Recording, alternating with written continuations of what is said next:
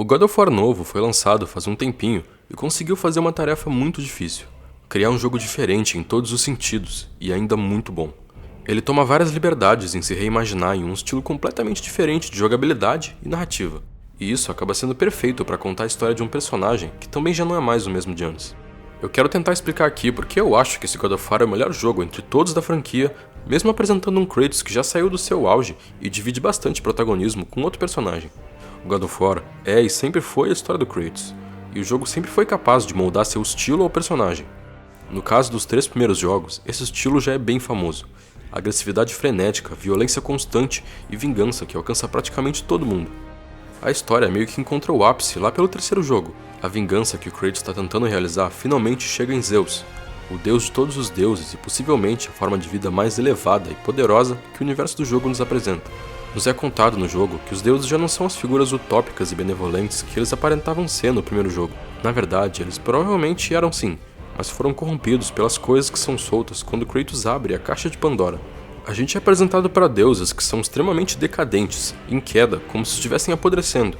Zeus, o rei dos deuses, é contaminado pelo medo, e é por esse medo que ele tenta matar o filho, por achar que esse poderia tomar o seu lugar, do mesmo jeito que o próprio Zeus fez com o pai Cronos, e Cronos com o próprio pai na mitologia grega. Quando a gente para olhar para esse momento da mitologia, parece até uma ação razoável de Zeus. Cronos é uma figura opressiva e que devora todos os filhos para que nenhum deles possa tomar o seu lugar. Zeus cresceu com um esforço de uma mãe em esconder esse filho, então a gente não julga ou questiona muito quando o ciclo de padrecídio se perpetua na história. Parece algo justo, esperado que isso acontecesse. O medo e a decadência que levaram a essas ações do Cronos também chegam em Zeus, que tenta matar o próprio filho, e também é alcançado pelo ciclo de vingança. A diferença é que dessa vez a situação não é tão romantizada. Cada vitória no 3º jogo é uma vitória contra um deus completamente humano, que sente coisas humanas. A morte desses deuses resulta literalmente na morte de todo o universo. A gente é colocado diante do peso enorme das ações do personagem. By the gods,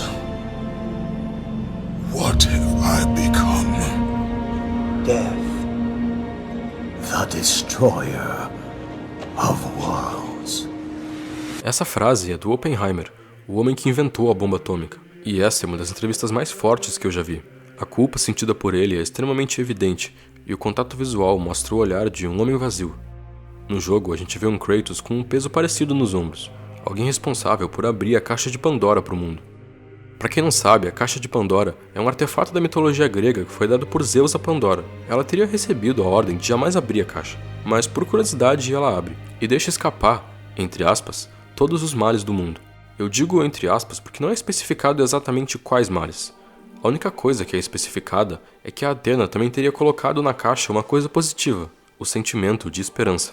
Essa parte do mito da caixa de Pandora pode ser interpretada de vários jeitos diferentes. Os 2 jeitos mais simples dizem respeito a uma abordagem otimista e uma pessimista. A pessimista foi até comentada pelo Friedrich Nietzsche no livro Humano, Demasiado Humano.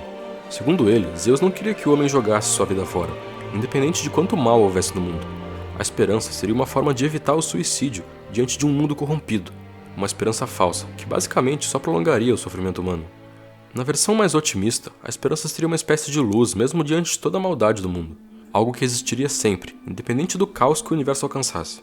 Uma coisa impossível de destruir. Hope is what makes us strong. It is why we are here. It is what we fight with when all else is lost. Eu acho que God of War, especialmente os 2 últimos da franquia principal, ilustram muito bem essa interpretação positiva da esperança. No 3º jogo é explorado um lado mais humano do Kratos pela primeira vez. E isso acontece pela personagem da Pandora. Ela praticamente incorpora esse significado de esperança. Diferente da Pandora do mito, no jogo ela é uma criança e não pode envelhecer. Ela é a esperança da mesma forma que o Zeus já representou quando sobreviveu à tirania do Cronos. Da mesma forma que o Kratos já representou na saga, como a personagem do Atreus representa agora. A esperança é uma criança diante de um mundo em que todos os males da caixa de Pandora estão soltos. No último jogo, a gente vê um Kratos que sente todo o peso das ações que ele cometeu. Ele não é mais o personagem que esbanjava poder e confiança. Isso pertence ao passado. Agora, o poder e a esperança estão na mão do filho dele. A sensação que o Kratos passa é muito parecida com a do Logan, alguém que já passou do seu tempo de glória e se vê diante de inimigos que poderia derrotar muito facilmente no seu auge, mas que nesse momento são mais fortes que ele. Ambos possuem uma sabedoria carregada de pessimismo com a realidade, em contraste com a visão de uma criança, que imagina um futuro muito mais brilhante do que o presente. um futuro que não pertence à realidade do Logan nem do Kratos. Esse formato de personagem é até arquetípico, e muito provavelmente você já viu em algum lugar. No novo God of War, a gente vê o Baldur, e é muito difícil não comparar ele com o próprio Kratos dos outros jogos, alguém cujas motivações até são plausíveis diante do sofrimento que tiveram. O motivo da vingança é compreensível. Um personagem podia facilmente ser o outro. É como se o Kratos estivesse lutando contra ele próprio quando era mais novo. Contra o próprio sentimento antigo de vingança e ódio, que ainda se mostram um pouco presentes na forma da dificuldade de expressar sentimentos e carinho pelo filho. O Atreus, que a gente acaba descobrindo como sendo Loki, representa a mesma coisa que a Pandora, o Zeus jovem e o Kratos. Uma esperança de quebrar um ciclo que inevitavelmente se faz presente no mundo do jogo. Esse é o novo objetivo do Kratos. E os melhores momentos do jogo são na relação entre os dois. Pequenos gestos que sensibilizam e humanizam um personagem que parecia até então impassível a essas coisas. A jornada daqui pra frente não é de vingança, é uma espécie de redenção. E o futuro da saga God of War tá na mão de outras pessoas.